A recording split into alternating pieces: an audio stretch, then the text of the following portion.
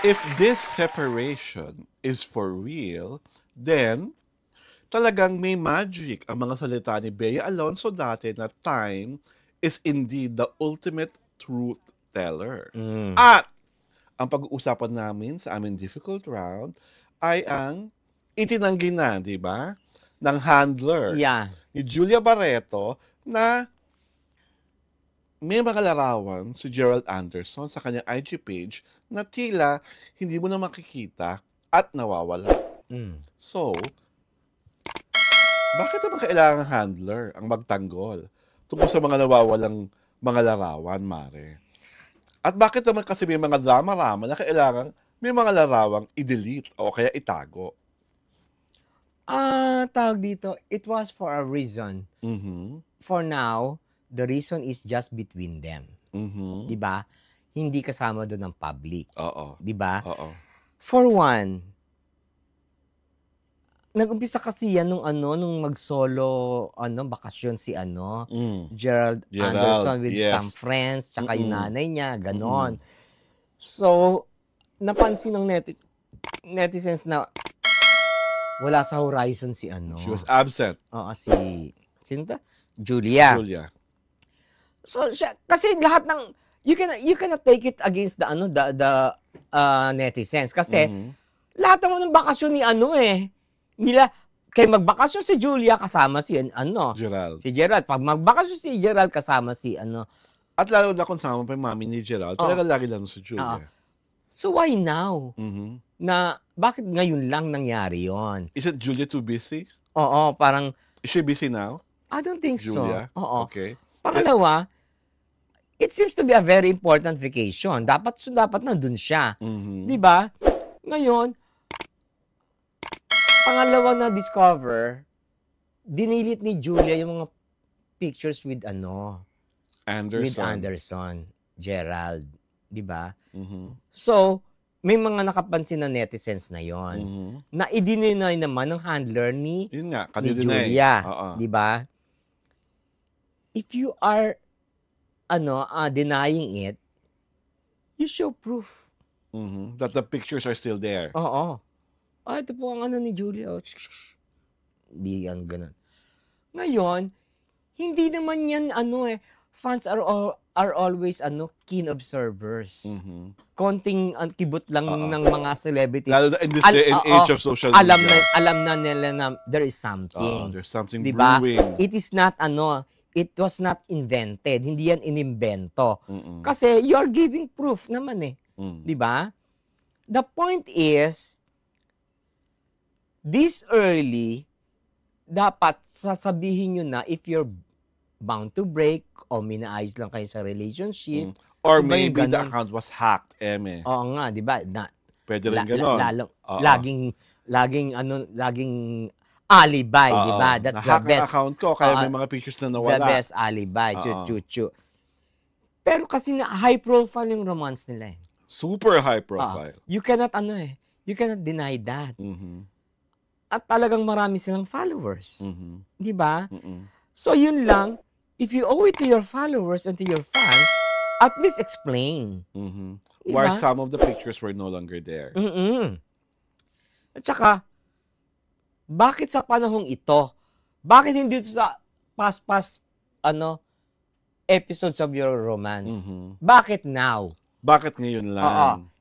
Has it reached the pinnacle of your romance? Natapos na ba?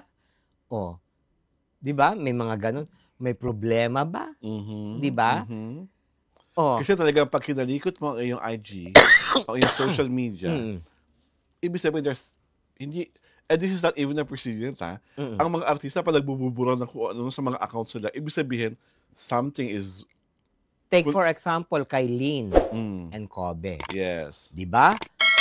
May isa pang bugok, dininay pa na break na hindi pa daw break, pero obviously break na. Or for that matter, nung naghihiwalay si Sian at si Kim, di ba? Unang nag-delete si Sian. Di ba? Di ba? All the videos, all the photos together. Kasi pag ganun ang ginawa, isa lang talaga ibig sabihin niya. Merong yun. May gulo. May reason. May gulo.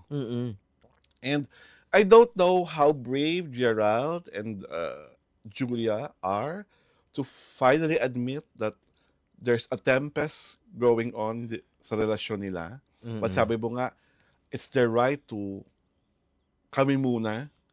Baka they're trying to work it out, to patch it, to start with a clean slate or whatsoever. Let's give it to them. Yeah. Pero kasi, do not let the netizens speculate some more. Kasi, either of you will be, bashed for it. Diba? Siyempre lang iisipin, no, the guy should be the first. Should be the first to tell kung ano talaga nangyari. There will always be someone who will tell, hindi dapat si Julia kasi siyang babae, siyang di ba? Siyang mag-explain. She being the woman. Hindi kaya dapat si Bea ang mag-explain. Charot. Hindi. Hindi si Bea ang dapat mag-explain.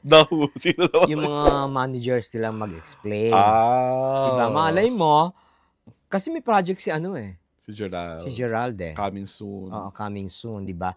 It was originally titled Nobody. Tapos parang pinahaba yung title. Sins of something na eh. Ha? Parang Sins of something. Kaano pa niya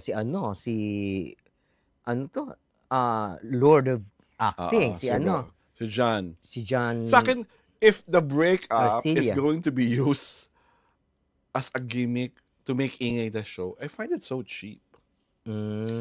Gerald's show does not deserve such kind of a gimmick. Baka nataon lang. Bago pa dumating ang show na yan, kung kailan mo siya ipapalabas, dapat kwentas claras na. Kasi, madali namang makalimot ang mga fan. So, umpisa lang manginginig ang laman. Magagalit, mapupuot. Pero after a while, move on na rin agad ng lahat until the next partner na maghihiwalay. Gano'n naman talaga, di ba? Diba? Saka, alam mo rin naman natin that the relationship of Julia and Gerald started on very shaky ground. Bakit? Hindi ba? Dahil sa nga, di ba, the perception always was, inagaw ni Julia ang lahat kay Bea Alonzo. That was the perception before. Yeah. Di ba? So, pinangatawanan lang nila yung relasyon. Para lang masabi na totoong nagmamahalan kami, kaso ngayon, I thought ang tingin ko naman is parang tawag doon, parang inagaw ni Gerald si Julia kay Joshua. Kasi Joshua was the I think it works both ways. Inagaw ni Julia si Gerald kay Bea, si Gerald inagaw si... Yun ang public perception kasi. Pareho. So, sa akin, kumaga, hindi pwedeng hindi masama si Joshua at si Bea kasi sila yung pass. Kaya nagsama yung dalawa. So, ang sa akin lang, now that some cracks are already showing, might as well, kayo ng dalawang bahala kung gusto nyo pang i-glue together or isang bulat yun na ang dapat yung isang bulat. Diba? Para, okay, isang bagsakan, ito. Diba? At tao naman, madali mong unawan, kasi, mas matanda si Gerald, mas bata si Julia. I thought, baka emotionally. I thought they were they were thinking about marriage na nga. If they're thinking about marriage, then the picture should have not been deleted. If that talks were even sincere or serious. Parang feeling ko, mas serious yung kung alam mo ng pinagkatampuhan. Kaya bilang nagbububura ng paunti-unti ng picture. Kasi saka ang maling-mali pa doon, hindi tama na yung handler ang magdi-deny ng tungkol sa deletion of the picture. Dapat kay Julia mangyari. Manggaling. Diba? A handler is still totally a stranger. Bayaran yan eh. Pinapasweldo yan ni Julia. Yes man yan ni Julia. Yes man or yes girl. Whatever Julia says, he or she will follow. Pero if the source of the deletions, si Julia mismo ang nagsasabi, mas paniniwala ako na talagang, pasensya po, di ko na-delete kasi na-hack. Mas kapaniwala yun, lalo nagkakaroon ng suspension ang mga tao kasi a total outsider, kaya pa sabi mong handler mo, ang tumatanggi tungkol sa mga nawawalang larawang napansin ng mga netizen. Tsaka, ano kasi, everything is resibo-based. Yes. Nakita ng mga netizens, nawawala yung mga pictures. Ang ninakaw. Siyempre, hindi naman yun, di ba? Kasi personal ano mo naman yun eh. Di account mo yun eh. So, yung burden of denial or admission should come from the person who owned the account. It should really come from Julia. Oo, di ba? Di ba? Di ba kasi, hindi naman yan inimbento. Di ba? Napansin ng mga netizens. Hindi naman sila, baliw ba sila para mag-imbento? Yes. Not unless bashers yung mga yan, di ba? At huwag kang mag-alala, Miss Julia Barreto, we can handle your truth. Whatever it is. Dahil dyan, inaanyayahan po namin kayong mag-subscribe sa aming YouTube channel sa Diario Tirada. At syempre, pasunod nyo kami sa aming Facebook pagina. Ang Nakiti Show po ay pinapalabas yung Sabado at Linggo, alas 4 ng hapon. Inuulit ko po, it's June. It's my birthday month. And 1 month to go, it's the 2nd year anniversary of the TT Show.